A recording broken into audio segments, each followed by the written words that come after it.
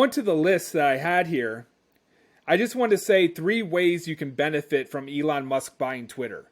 So certainly, you know, I don't want to say that if you feel that Elon Musk is a bad person, more power to you. But I want to shift this into positives that's right in front of us right now. So for one thing, freedom of speech. As we know right now, if we take it at face value, Elon Musk says he supports freedom of speech and no censorship on social media. Number 2, better Twitter algorithm. So now you have more freedom not to play by the same rules as an Instagram or Facebook.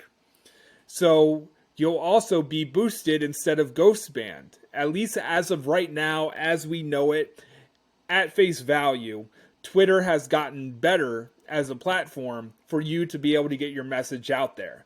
Now, perhaps you're right. In the future, maybe it will require you to get a chip in your brain and get the fuck on Twitter. We can address that as we cross that road. But for now, you have a better algorithm and you have better reach and you can get your message out there. And then another thing is Tesla stock. Tesla stock dropped by, how much did it drop by? Can I look on this computer?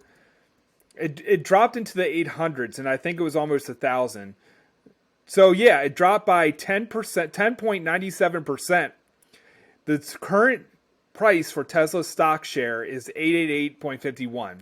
So I put money into Tesla stock because Tesla is a company I do believe in. I do believe it's a successful company, and I think people bailed because of the uncharted waters of him buying Twitter. And maybe for other reasons I can look into.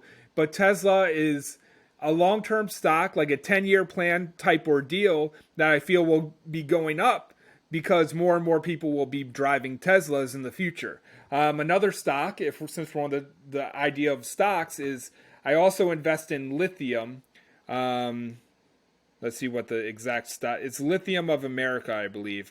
But the exact Lithium America's LAC. So I also invest in LAC because you need lithium for that damn car battery, for the electric cars. So you need lithium for batteries. And if that's the way that we're moving forward, whether you agree with it or not, you might as well benefit off of it.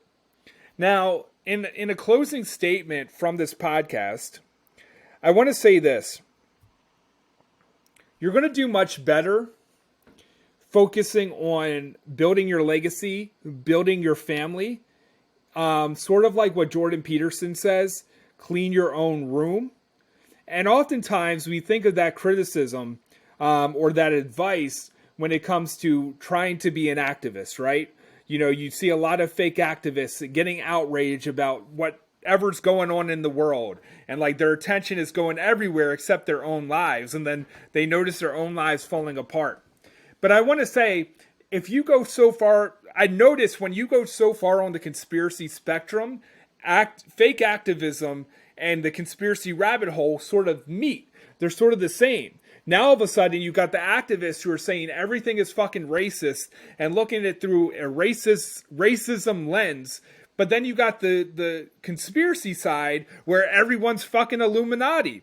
Like even independent musicians, you're like, oh, I saw you do the fucking hand sign. Or, you start thinking everyone's controlled opposition. And then you get fucking paranoid and you're like, no one's fighting for me. And that's a dark place to be, to think that the world is a hopeless place.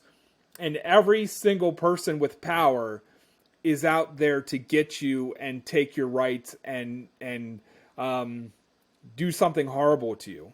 And even if you're right, even if you're 100% right about everyone you say is controlled opposition, what are you manifesting in your world by continuously focusing on that and being in a fear state?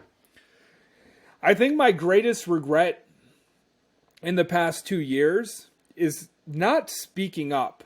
I'm glad that I've been speaking up about things, and I've certainly have stood my ground when it comes to the agenda at play here with the Fauci juice and things of that nature. And I've done a good thing in helping my clients establish boundaries with their family. Definitely helping my wife with the same. and definitely just helping people stand in their power when it comes to resisting the ideology of cancel culture and Fauci juice mandates. I'm going to even censor that on my podcast because you never know. And I'm glad I did that. But one thing that I always look back on is how time goes by so fast at times, and how my life is so fucking beautiful right in front of me, but I put myself in a fear state of what could happen. Of what could happen. Like people freaking out about food shortages, the elites doing crazy shit and all that stuff. And something I want to say here is, and I want to go further into this on another episode. I think I'm going to call it